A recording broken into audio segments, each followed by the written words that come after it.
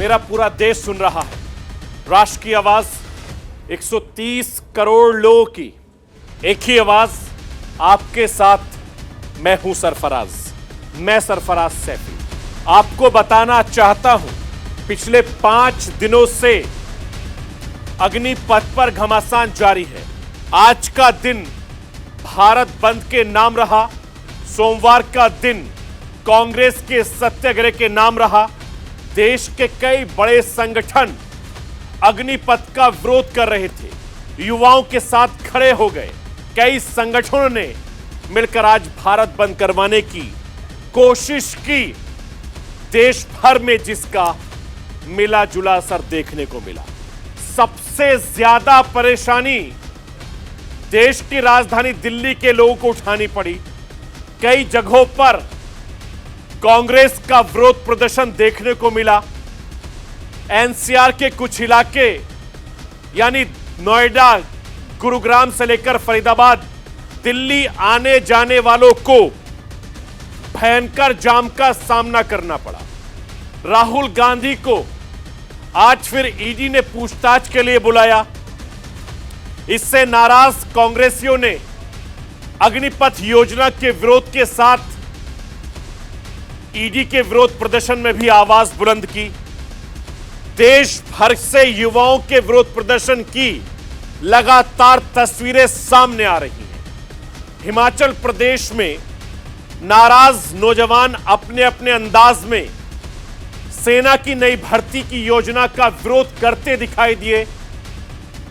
कहीं शांतिपूर्ण तरीके से तिरंगा यात्रा निकाली गई, तो कहीं नाराज छात्रों ने केंद्र सरकार के खिलाफ जमकर नारेबाजी की। उत्तराखंड में भी अग्निपथ प्लान से गुस्साए छात्रों ने विरोध प्रदर्शन किया।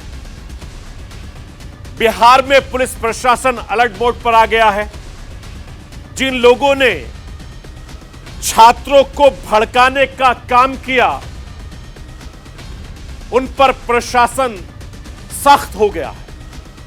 छात्रों की परेशानी एक तरफ, तो दूसरी तरफ अग्निपथ के मुद्दे पर सियासत तेज होती जा रही है। यह सियासत किस रुख जाएगी, यह मैं आपको बताऊंगा भी और समझाने की कोशिश भी करूंगा। रूस यूक्रेन युद्ध के 4 महीने होने वाले हैं। यूक्रेन बर्बाद हो चुका है। रूस की हालत अच्छी नहीं है। पूरी दुनिया रूस यूक्रेन युद्ध से परेशान है। बावजूद इसके युद्ध रुकने की जगह लगातार बढ़ता जा रहा है। ब्रिटेन की सेना के एक सीनियर अधिकारी ने, अफसर ने तीसरे विश्व युद्ध की तैयारी की बात कहकर पूरी दुनिया को चौंका दिया है। ब्रिटिश जर्नल ने अपने सैनिकों को तीसरे विश्व युद्ध के लिए तैयार रहने के लिए कहा है। मैं वापस कह रहा हूं, गौर से सुनना। ब्रिटिश जर्नल ने अपने सैनिकों के साथ युद्ध के लिए तैयार रहने को कहा है। इसका अंदाजा लगाइए। वहीं ब्रिटेन की सेना की तरफ से सामने आ रहे तीसरे विश्व युद्ध वाले संकेत कैसे पूरी दुनिया की चिंता और परेशानी बढ़ा सकते हैं, यह मैं आपको बताऊंगा और आपको बताने की यह कोशिश करूंगा कि पूरी दुनिया में तीसरा विश्व युद्ध होता है तो कितने घातक परिणाम होंगे। मैं अपने हिंदुस्तान के कोने कोने की आवाज को दिल्ली तक पहुंचाता हूं। दिल्ली की आवाज को अपने देश के कोने कोने तक पहुंचाता हूं। नेताओं की आवाज को मैं आम लोगों तक पहुंचाता हूं। आम लोगों की आवाज को मैं अपने हिंदुस्तान के हुक्मरानों तक पहुंचाता हूं। आपकी आवाज से मिलती है मेरी आवाज और बन जाती है राष्ट्र की आवाज।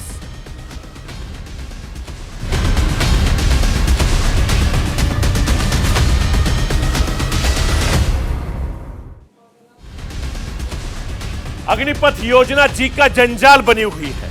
सरकार लगातार प्रदर्शनकारी छात्रों को समझाने की कोशिश कर रही है। सेना के अधिकारी लगातार नाराज छात्रों को मनाने की कोशिश में जुटे हैं, मगर अग्निपथ पर नाराज नौजवान मानने को तैयार नहीं है। देश भर में यह घमासान थमने का नाम नहीं ले रहा है। मैं आपको यह बताना चाहता हूं कि देश भर के युवाओं की परेशानी को देखते हुए कई राजनीतिक दल अब इन छात्रों के साथ खुलकर सामने आ गए हैं। कई सारे संगठनों ने आज भारत बंद बुलाया। देश भर में मिला जुला असर देखने को मिला। देश की राजधानी दिल्ली में कांग्रेस का सत्याग्रह चलता रहा। दिल्ली के जंतर मंतर पर कांग्रेस के दिग्गज नेताओं का जमावड़ा देखने को मिला। राजस्थान के मुख्यमंत्री अशोक गहलोत अपने मंत्रियों के साथ दिल्ली में सत्याग्रह करते नजर आए। अशोक गहलोत साहब एक तीर से कई निशाने दागते नजर आए, तो दूसरी तरफ छत्तीसगढ़ के मुख्यमंत्री भूपेश बघेल लगातार एक्टिव नजर आ रहे हैं। जरा सोचिए समझिए, इन नेताओं का एक्टिव रहना क्या ईडी के अफसरों पर कोई दबाव बना सकता है? क्योंकि लगातार ईडी के अफसरान राहुल गांधी से पूछताछ कर रहे हैं।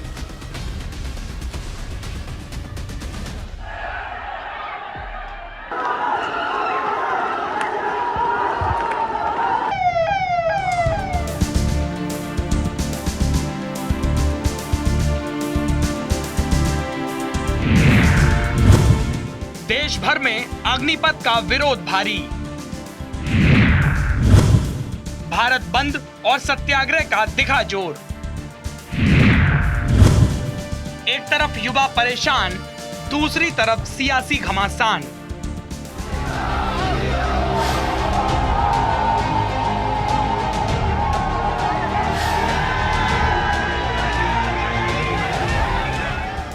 युवाओं को सेना में सेवा का सपना छिनता नजर आ रहा है। युवाओं को सेना में सेवा के सपने पर ग्रहण की तरह अग्निपथ नजर आ रहा है। पिछले 2 सालों से सेना में नौकरी की तैयारी में जुटे युवा सड़कों पर हैं। पिछले 2 सालों में सेना में भर्ती के लिए पसीना बहा रहे युवा निराश हैं, आक्रोशित हैं, समझाए नहीं समझ रहे हैं। गुस्साए युवा लगातार 5वें दिन अपना विरोध दर्ज करवा रहे हैं। सोमवार को देश भर के कई संगठन युवाओं के समर्थन में नजर आए। कई संगठनों की तरफ से भारत बंद का आह्वान किया गया, जिसका असर भी देखने को मिला। सोमवार की सुबह दिल्ली एनसीआर के लोगों को जबरदस्त जाम का सामना करना पड़ा। दिल्ली में प्रवेश करने वाली गाड़ियों को भारी परेशानी का सामना करना पड़ा। दिल्ली से सटे फरीदाबाद में पुलिस अलर्ट मोड पर नजर आई। दिल्ली आने वाली गाड़ियों पर विशेष नजर रही। हालात नियंत्रित नजर आए, लेकिन गुरुग्राम की स्थिति परेशान करने वाली नजर आई। भारत बंद की वजह से दिल्ली की सीमाओं पर बढ़ाई गई चौकसी की वजह से लंबा जाम नजर आया। गुरुग्राम से दिल्ली जाने वालों को भारी परेशानी का सामना करना पड़ा। बिहार, जहां से अग्निपथ योजना के विरोध की शुरुआत हुई, जहां पिछले 4 दिनों से लगातार विरोध प्रदर्शन जारी। भारत बंद का आंशिक असर देखने को मिला। कुछ दुकानें बंद दिखाई दी। सड़कों पर वाहनों की आवाजाही सामान्य रही। छात्र संगठनों का विरोध प्रदर्शन शांतिपूर्ण तरीके से जारी रहा। युवाओं के भविष्य के साथ छेड़छाड़ करना बंद करो। हमारी मांग है कि जो अग्निपथ योजना है, जो ये पूरी तरह से छात्र विरोधी है, नौजवान विरोधी है, इसको पूरी तरह से वापस लीजिए और जो पहले का सिस्टम था जो वो लागू कीजिए और इस अग्निपथ योजना को वापस लीजिए, क्योंकि ये छात्र हित में नहीं है। यही हमारा मांग है। आज इस अग्निपथ योजना जो सरकार लाई है, ये छात्रों को अग्नि में झोंकने वाला स्कीम है। इससे छात्र जो पहले की तरह आर्मी में जो बहाली होती थी, सेना के सेक्टर में जो बहाली होती थी, हम उसी पुनः पहले की बहाली को ही मांग करते हैं, क्योंकि 4 साल के लिए इस देश की सेवा करने का कोई औचित्य ही नहीं है।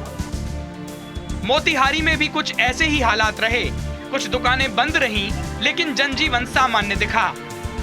बावजूद इसके शासन प्रशासन मुस्तैद दिखाई दिया। जहानाबाद में भी हालात नियंत्रण में दिखाई दिए। पिछले दिनों जिन लोगों ने युवाओं को भड़काने का काम किया था, पुलिस ने उन्हें गिरफ्तार करने का काम किया है। अब उनके संपर्कों पर सख्ती करने के साथ पुलिस ड्रोन की मदद से निगरानी में जुटी है।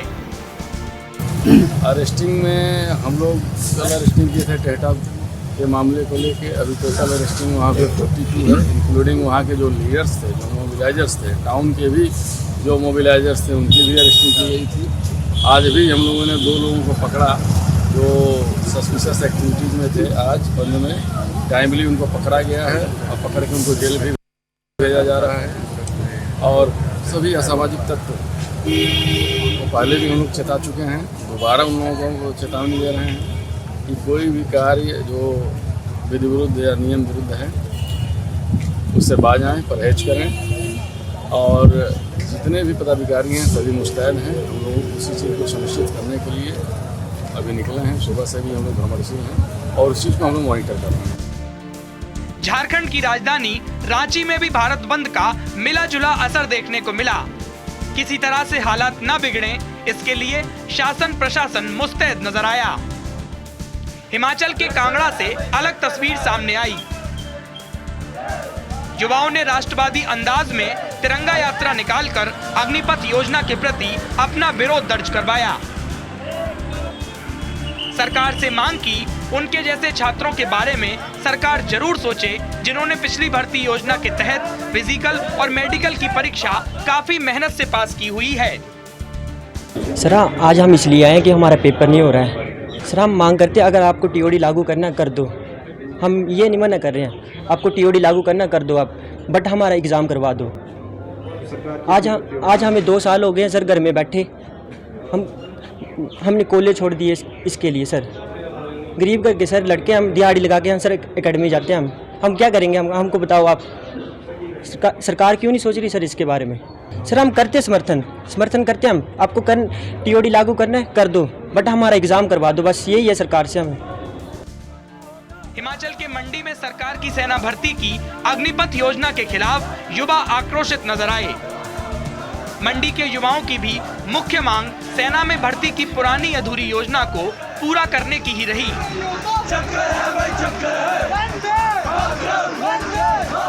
सर हमारी तो यही मांग है कि सबसे पहले हमारा जो भी टेस्ट था, रिटन टेस्ट था आर्मी का, वो जल्द से जल्द करवाया जाए। हम मंडी जिला से रहने वाले हैं और हिमाचल प्रदेश के मुख्यमंत्री जो मंडी जिला से बिलोंग करते हैं, सैकड़ों बच्चे मंडी डिस्ट्रिक्ट और भी डिस्ट्रिक्ट हैं, 12 डिस्ट्रिक्ट हैं हमारे स्टेट में, जितने भी हैं बच्चे वो डेली प्रोटेस्ट कर रहे हैं इस बात के लिए कि हमारा सी एग्ज़ाम होना चाहिए आर्मी का।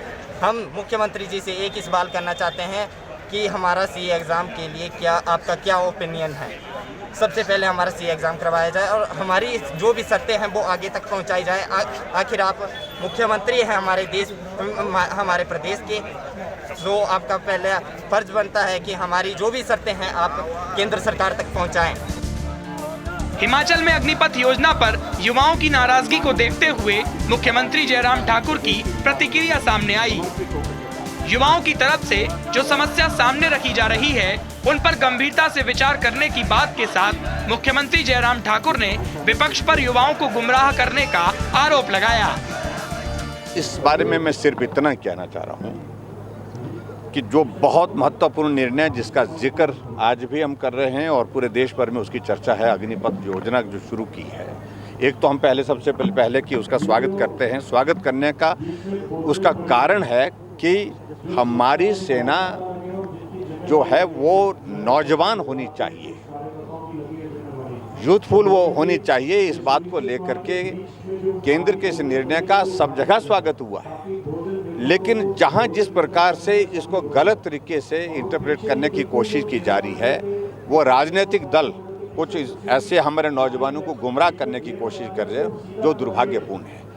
और जहां तक जिस प्रश्न को आप कर रहे हैं, उन सारी चीज़ों को लेकर के अपना पक्ष रखने के लिए सबको स्वतंत्रता है, अपना पक्ष वो रखें, केंद्र उस पक्ष को सुनेगी और उसके बाद जो निर्णय करना होगा उस निर्णय को करेंगे। लेकिन ये बहुत ही महत्वाकांक्षी योजना है, बहुत ही महत्वपूर्ण योजना है और आज की परिस्थिति में जिस प्रकार से देश के सामने चुनौतियां हैं, उन चुनौतियों का सामना करने के लिए ये निर्णय उचित है, मैं ये कहना चाह रहा हूँ।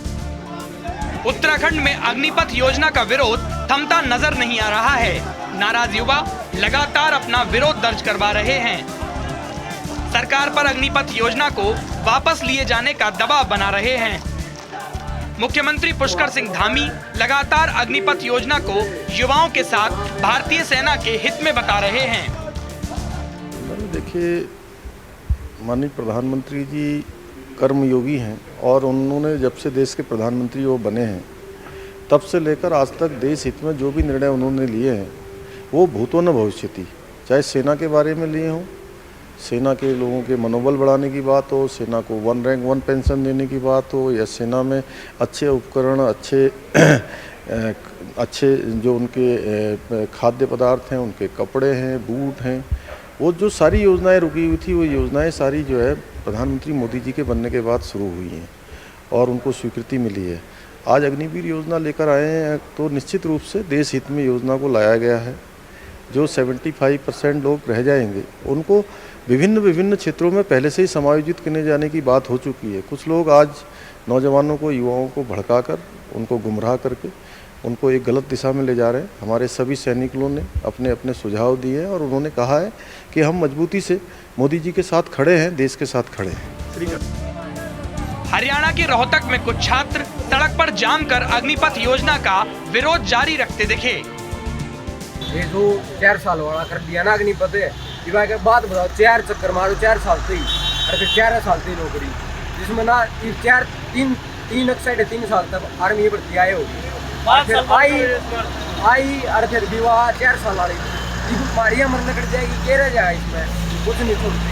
सीधी बात यह है, हमारी सीधी कानून मोदी जिनमें कैंसिल करो और भर्ती का 2 और वाय भर्ती जो पहला साल है वाय भर्ती साल। पंजाब में पुलिस हाई अलर्ट पर नजर आई। किसी भी अप्रिय घटना से निपटने के लिए पुलिस प्रशासन मुस्तैद नजर आया। राजस्थान के जयपुर में भी भारत बंद का मिला जुला असर देखने को मिला। पुलिस की मुस्तैदी की वजह से जनजीवन सामान्य रहा। विशेषकर रेलवे स्टेशन पर पुलिस प्रशासन की विशेष नजर रही ताकि रेलवे की संपत्ति की सुरक्षा सुनिश्चित करने के साथ यात्रियों को किसी प्रकार की परेशानी का सामना न करना पड़े। देखिए, आज किसी भी तरह का कोई बंद नहीं है, कोई छोटे मोटे धरने प्रदर्शन है उसकी भी बाकायदा परमिशन लेके की जा रही है। आप देख रहे हैं पूरी तरह खुला हुआ है बाजार आम दिन की तरह, फिर भी गश्त और निगरानी जारी है। यदि कोई जोर जबरदस्ती और कोई कानून के खिलाफ कोई कार्रवाई कोई कार्य करेगा तो उसके खिलाफ कार्रवाई की जाएगी। बीकानेर में भी रेलवे की सुरक्षा को लेकर पुलिस बल मुस्तैद नजर आया। पिछले कुछ दिनों से जिस तरह के हालात देश भर में देखने को मिल रहे थे, जिस तरह से रेलवे की संपत्तियों को निशाना बनाया जा रहा था, इस नजरिए से बीकानेर पुलिस काफी सतर्क नजर आई। पिछले 4 दिनों से जिस तरह के हिंसक प्रदर्शनों का दौर देश ने देखा, इसमें ठहराव नजर आने लगा है। सोमवार को जिस तरह की तस्वीरें देश भर में सामने आई, बता रही हैं कि पिछली भर्ती से जुड़े कुछ सवाल हैं जिनके जवाब का इंतजार छात्रों को है। छात्रों में निराशा और नाराजगी भी नजर आई, लेकिन शासन प्रशासन की मुस्तैदी का असर देखने को मिला। अग्निपथ योजना का हिंसक विरोध प्रदर्शन थमता नजर आया। Bureau report, news India. और राष्ट्रीय आवाज में रुकूंगा एक छोटे से ब्रेक के लिए। ब्रेक के बाद जब वापस आऊंगा तो आपको बताऊंगा कि देश के नेताओं की गलत बयानबाजी की वजह से आखिर युवाओं में क्यों है गुस्सा। पूरी खबर इस छोटे से ब्रेक के बाद। आप कहीं मत जाइए, बने रहिए मेरे साथ और देखते रहिए राष्ट्र की आवाज।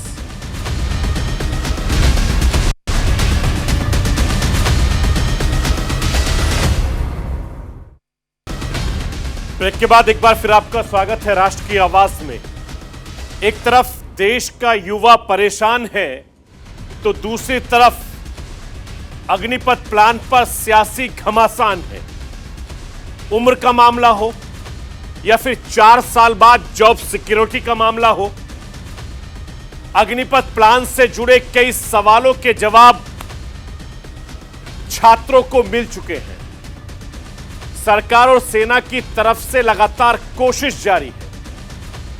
नाराज छात्रों को मनाने समझाने की कोशिश सरकार और सेना कर रही है। मैं आपको यह बताना चाहता हूं, सरकार और सेना के समझाने के बाद भी अग्निपथ प्लान से जुड़े कई ऐसे सवाल हैं जिनके जवाब का इंतजार छात्र कर रहे हैं। सरकार के लगातार समझाने के बाद भी नाराज नौजवान समझ नहीं रहे हैं। सेना ने मोर्चा संभाला है। तमाम सवालों के जवाब सेना ने बारीकी से दिए हैं। बावजूद इसके देश के नौजवानों में अभी भी गुस्सा बना हुआ है। युवाओं की परेशानी एक तरफ तो दूसरी तरफ सियासत जोर पकड़ती जा रही है। सियासी होड़ में नेताओं की गलत बयानबाजी से माहौल खराब हो रहा है और यह बयानबाजी इस वक्त आग में घी डालने का काम कर रही है। मैं राष्ट्र की आवाज के जरिए यह अपील करना चाहता हूं कि मेरे देश के नौजवानों को भड़काने का काम ना करें। कम से कम गलत बयानबाजी करके मेरे देश के करोड़ों युवाओं का हौसला न तोड़ें।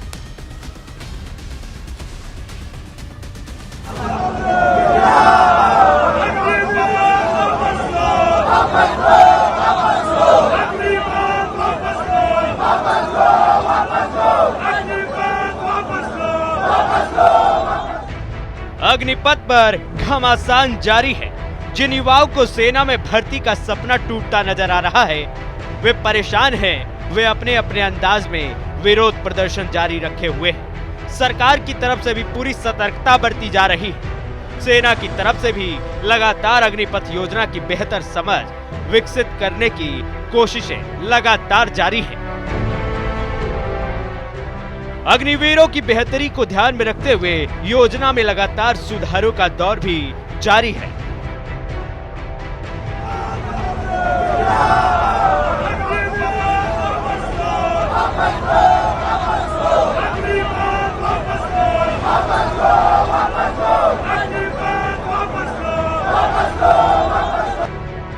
लेकिन इन सब के बीच सियासत भी तेज हो चली है। विपक्ष के आक्रामक तेवर बता रहे हैं अग्निपथ पर जारी घमासान अभी थमने वाला नहीं है।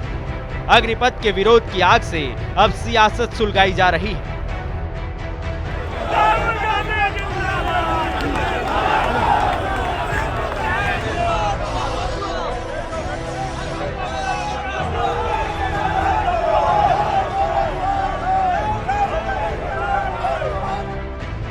सोमवार को दिल्ली में कांग्रेस का जबरदस्त हंगामा देखने को मिला। एजेंडे को लेकर स्पष्टता का अभाव जरूर दिखा। ईडी ने जो राहुल गांधी को फिर सोमवार को पूछताछ करने बुलाया, उसके खिलाफ प्रदर्शन करना है या फिर अग्निपथ स्कीम के विरोध में आवाज बुलंद करना है, नारेबाजी दोनों ही मुद्दों पर होती दिखी।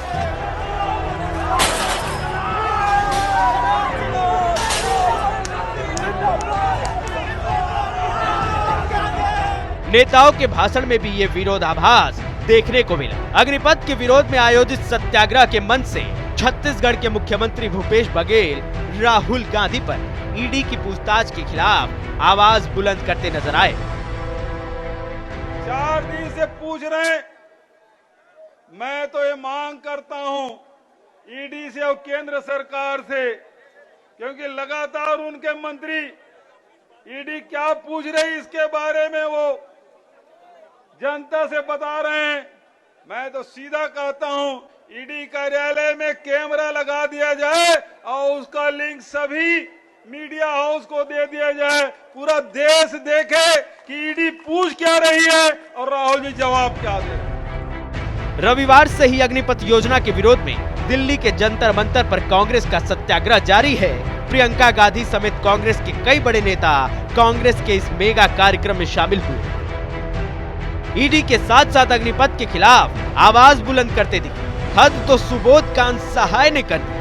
कभी केंद्र सरकार में मंत्री रहे वरिष्ठ कांग्रेसी नेता सुबोध कांत सहाय ने सारी मर्यादा ही पार कर दी। ईडी और अग्निपथ का विरोध करते करते प्रधानमंत्री नरेंद्र मोदी के खिलाफ गलत बयानी करते नजर आए।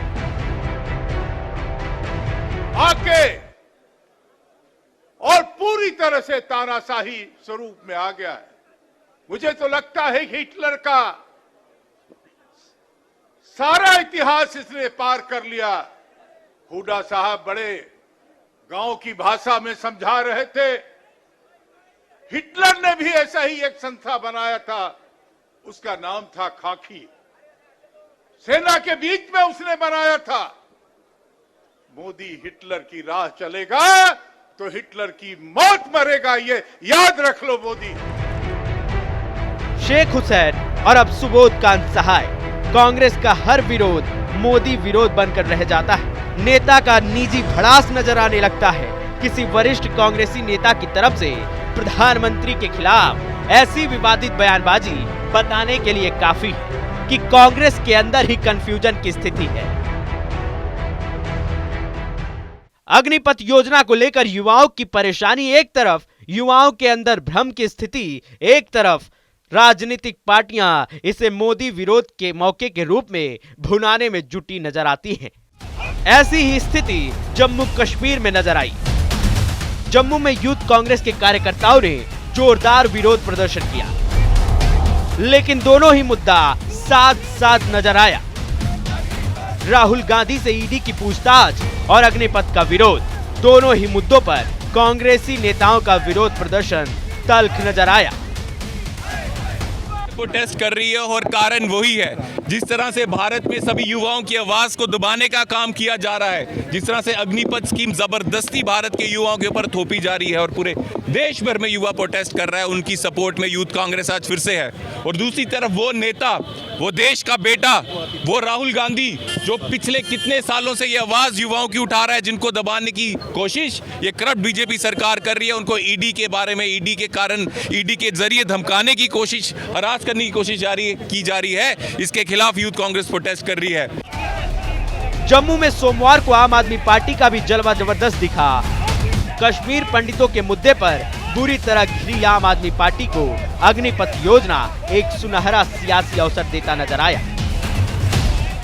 जम्मू की सड़कों पर आम आदमी पार्टी के नेता और कार्यकर्ता अग्निपथ योजना के खिलाफ आवाज बुलंद करते दिखे।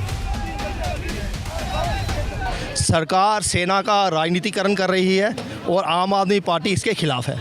सरकार फेल हो चुकी है हर महाज पे, हर कोने में, हर कॉर्नर में हिंदुस्तान के, और आज सरकार बच्चों के साथ खिलवाड़ कर रही है। आम आदमी पार्टी का एक एक कार्यकर्ता हमारे देश के नौजवान के साथ, जम्मू कश्मीर के युवा के साथ गलत नहीं होने देगा। जब तक ये कानून वापस नहीं लिए जाते, तब तक आम आदमी पार्टी आपको सड़कों पे इसी तरह दिखेगी।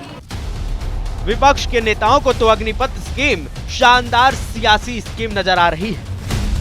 उनके बयान युवाओं को भरमाने में कोई कोर कसर छोड़ते नजर नहीं आ रहे। तो दूसरी तरफ बीजेपी के भी कई नेता युवाओं की परेशानी को समझने की बजाय, योजना पर सहमति बनाने की बजाय सरकार की परेशानी बढ़ाते नजर आ रहे। जब वो ट्रेनिंग लेगा और 4 साल की सेवा करने के बाद निकलेगा, 17.5 साल से 23 साल तक की उम्र, यदि वो 21 साल में भी भर्ती होता है, 4 साल काम करता है तो 25 साल, 25 साल में जब वो बाहर निकलेगा तो उसको 11 लाख रुपए उसके हाथ में होंगे और अग्निवीर का एक छाती पर तगमा लगा के घूमेगा। किसी भी, मुझे अगर इस ऑफिस में, बीजेपी के ऑफिस में सिक्योरिटी रखना है तो मैं अग्निवीर को प्राथमिकता दूंगा। आपको भी अगर रखना, मेरे एक मित्र ने एक रिटायर्ड 35 साल के सेना के अफसर को अपने यहाँ सिक्योरिटी पे रखा, खुद के पैसे से उसको ड्राइविंग सिखाई। बोले यार, मैंने कहा ऐसा क्यों? बोले घर में मिसेस अकेली जाती है, बच्चे अकेले जाते हैं, तो फौजी है ना, इसलिए डर नहीं। अग्निवीर के खिलाफ यही बात तो कही जा रही है। सरकार सेना के सम्मान के साथ खिलवाड़ कर रही है। इससे अलग कौन सी बात कह रहे हैं बीजेपी के वरिष्ठ नेता विजय वर्गीय? कुछ ऐसा ही अंदाज पूर्व सेना प्रमुख और बीजेपी नेता वीके सिंह का नजर आया। हमारे अनिवार्यता नहीं है, जिसको आना वो आए। अगर आपको नहीं लगती अच्छी स्कीम मत आओ। भाई आपको बोल कौन रहा है आने के लिए? आप बसें जला रहे हो, ट्रेन जला रहे हो, किसने आपको बोला कि हम आपको फौज में लेंगे? पहले तो आप हमारे मापदंडों पे खरे उतरो ना, उसके बाद हम फौज में लेंगे आप। बीजेपी नेताओं की ऐसी बयानबाजी युवाओं का मनोबल गिराने वाली है, युवाओं के साथ साथ पूरे देश की परेशानी बढ़ाने वाली है। बीजेपी नेताओं की इसी गलत बयान पर बसपा सुप्रीमो मायावती ने भी चिंता जाहिर की है। केंद्र की अग्निपथ नई भर्ती स्कीम देश की सुरक्षा व फौजी के आत्मसम्मान व स्वाभिमान से जुड़ी होने के बावजूद भाजपा नेतागण जिस प्रकार से अनाप शनाप व अनर्गल बयानबाजी कर रहे हैं वह घोर अनुचित है। जनता में भ्रम व सेना के लिए मुश्किलें पैदा करने वाली संकीर्ण राजनीति तुरंत बंद हो। देश का युवा परेशान है। युवाओं के मन में अग्निपथ योजना को लेकर भ्रम की स्थिति है। यह सच्चाई है। अगर सरकार को लगता है कि इस योजना में कोई कमी नहीं है तो वो ठीक तरीके से युवाओं को समझाए। अगर कुछ सवाल पिछली भर्ती प्रक्रिया से सामने आ रहे हैं तो उनके बारे में भी सरकार गंभीरता से विचार करे। समाधान की ओर बढ़ने की बजाय सियासी बयानबाजी कम से कम इस मामले में बिल्कुल भी सही नहीं कही जा सकती, क्योंकि ये मसला देश की सुरक्षा से जुड़ा है, देश की सम्मानित सेना से जुड़ा है, देश की युवा शक्ति से जुड़ा है। Bureau report, news India. Congress के वरिष्ठ नेताओं के एक प्रतिनिधिमंडल ने आज राष्ट्रपति रामनाथ कोविंद से मुलाकात की है। राष्ट्रपति से डेलीगेशन से राहुल गांधी की जो ईडी पूछताछ हुई है उसको लेकर मुलाकात हुई है। विरोध प्रदर्शन के दौरान पार्टी के कुछ सांसदों के साथ दिल्ली पुलिस की बदसलूकी और अग्निवीर योजना को लेकर जो मुद्दा उठाया है उस मुद्दे में क्या कुछ बातें हुई हैं, एक ज्ञापन भी सौंपा गया है। मैं आपको बताना चाहता हूं कि इस प्रतिनिधिमंडल में कौन कौन शामिल थे। स्क्रीन पर लाइए। ये एक कांग्रेस का प्रतिनिधिमंडल था जिसमें मल्लिकार्जुन खड़गे, अधीर रंजन चौधरी, पी चिदम्बरम, इसके अलावा जयराम रमेश, अशोक गहलोत, भूपेश बघेल, केसी वेणुगोपाल। ये वरिष्ठ नेता हैं कांग्रेस के और तमाम जो वरिष्ठ नेता हैं वो आज राष्ट्रपति से मुलाकात की रामनाथ कोविंद साहब से और कई मुद्दों को लेकर उन्होंने बातचीत की। आप देख सकते हैं कि दो चिट्ठियां नजर आ रही हैं और इन दो चिट्ठियों में एक राहुल गांधी वाला जिक्र है और दूसरा जो भर्ती को लेकर लगातार घमासान मचा हुआ है उसको लेकर मचा हुआ है। अग्निपथ योजना के तहत थल सेना में भर्ती प्रक्रिया शुरू हो गई है। आज भर्ती का नोटिफिकेशन जारी कर दिया गया है। नोटिफिकेशन में योग्यता, शर्तें, भर्ती प्रक्रिया, वेतन भत्तों से लेकर सर्विस रूल्स तक का ब्यौरा दिया है।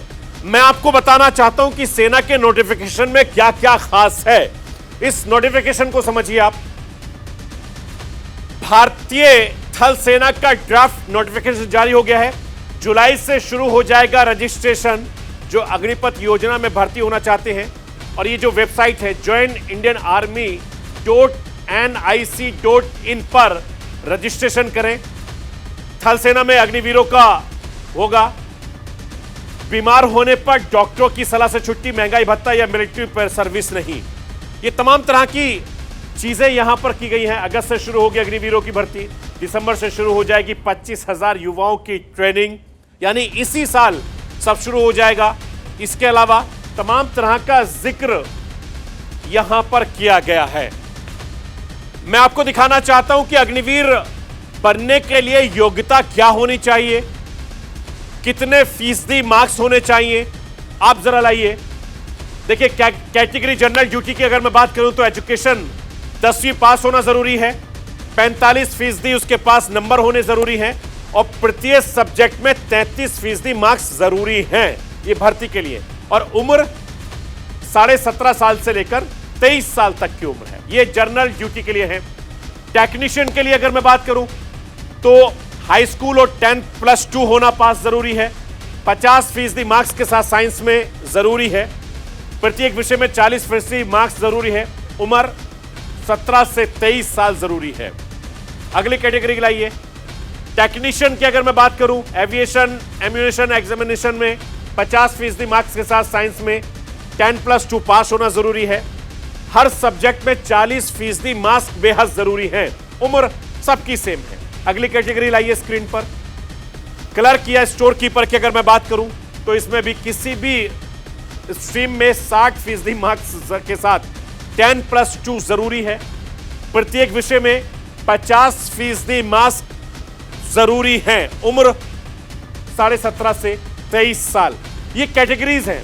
अग्निवीर ट्रेड्समैन की अगर मैं बात करूं तो उसने सिर्फ 10वीं पास कर रखी हो, कुल नंबरों की कोई बाध्यता नहीं है। हर सब्जेक्ट में 33% से ज्यादा मार्क्स उसके होने जरूरी है और उम्र 17 साल से लेकर 23 साल है। इसके अलावा स्क्रीन पर अगली चीज लाइए। ये तमाम जो मैंने आपको दिखाया 1 by 1, एक बार स्क्रीन पर सारे ग्राफिक्स दिखाइए। ये जो एक के बाद एक है, आप अगर इसमें पूरी पारदर्शिता के साथ ये योग्य कैंडिडेट है वो आप अप्लाई कर सकते हैं इंडियन आर्मी की वेबसाइट पर जाकर और वहां जाकर अपना रजिस्ट्रेशन करा सकते हैं और रजिस्ट्रेशन के बाद में आप अग्निवीर बन जाएंगे देश के लिए, आप भर्ती कर सकते हैं। तो ये पूरे देश में जुलाई से रजिस्ट्रेशन, भारतीय थल सेना का ड्राफ्ट नोटिफिकेशन ये मैंने आपके सामने दिखाया था। बहरहाल रूस और यूक्रेन के बीच इस वक्त जंग जारी है। रूस और यूक्रेन के बीच युद्ध शुरू हुए 4 महीने होने वाले हैं। यूक्रेन तबाह हो चुका है। यूक्रेन में हर तरफ बम बारूद से बर्बादी हुई है। युद्ध की वजह से रूस के हालात बिगड़े हुए हैं। रूस युद्ध यूक्रेन से पूरी दुनिया इस वक्त परेशान है और पूरी दुनिया की जो अर्थव्यवस्था है वो लड़खड़ा गई है। मैं आपको ये बताना चाहता हूं कि रूस यूक्रेन युद्ध के बीच तीसरे विश्व युद्ध की बात होने लगी है और तीसरे विश्व युद्ध की बात कोई नई नहीं है, ब्रिटेन कर रहा है। सोचिए जरा, अगर ब्रिटेन तीसरे विश्व युद्ध की बात कर रहा है, वो भी उसके जनरल ने बयान देकर पूरी दुनिया में खलबली मचा दी है, पूरी दुनिया को परेशान कर दिया है। क्योंकि ब्रिटिश जनरल ने अपनी सेना को तीसरे विश्व युद्ध के लिए तैयार रहने के लिए कहा है, कमर कसने के लिए कहा है। अगर ब्रिटिश सेना तीसरे विश्व युद्ध की तैयारी कर रही है तो जाहिर बात है कि बाकी दुनिया के जो देश हैं वो भी इस युद्ध की तैयारी में जुट जाएंगे, इस युद्ध की तैयारी करते नजर आएंगे। तो इसमें हैरानी नहीं होनी चाहिए, क्योंकि ब्रिटिश सेना की तरफ से एक जनरल ने यह बयान दिया है। उसके बाद जो बाकी देश हैं किस तरह की तैयारी कर रहे हैं, इसको समझना बेहद जरूरी है।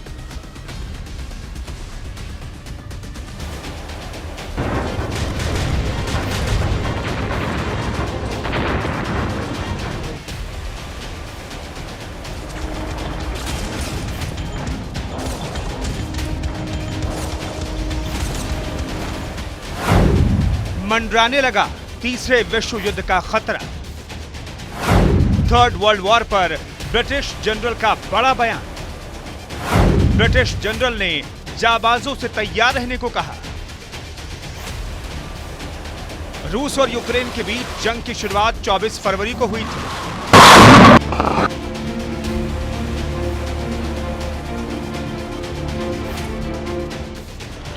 तब कहा जा रहा था कि 1 से 2 सप्ताह के अंदर युद्ध खत्म हो जाएगा।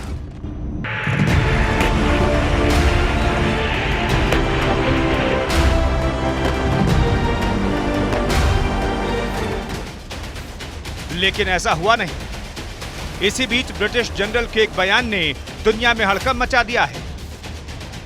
ब्रिटेन के एक टॉप जनरल ने अपने सभी सैनिकों को तीसरे विश्व युद्ध में रूस के खिलाफ लड़ने के लिए तैयार होने को कहा है।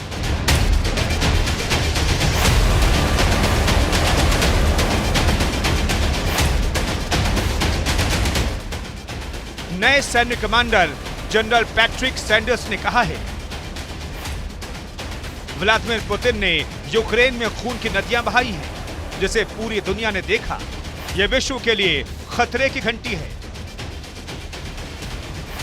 पैट्रिक सैंडर्स ने एक ऐसी सेना बनाने की कसम भी खाई है जो रूस को युद्ध में हरा सकती है।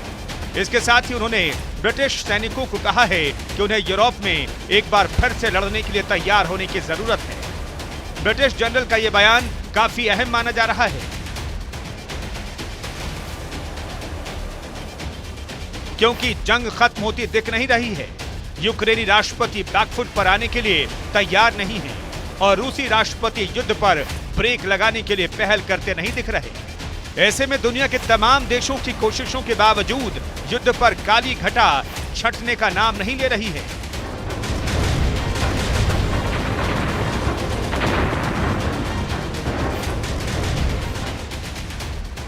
जंग की जब शुरुआत हुई तब कहा जा रहा था कि रूस जल्द ही पूरे यूक्रेन पर कब्जा कर लेगा, लेकिन फिलहाल ऐसा होता नहीं दिख रहा है।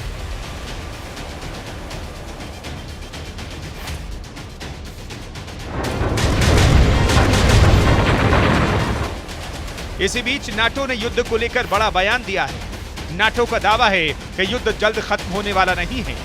नाटो के महासचिव जेंस स्टोल्टनबर्ग ने कहा है, अमेरिका और यूरोपीय देशों से मिल रहे अत्याधुनिक हथियारों की वजह से यूक्रेनी सैनिकों के हमले में हार आई है।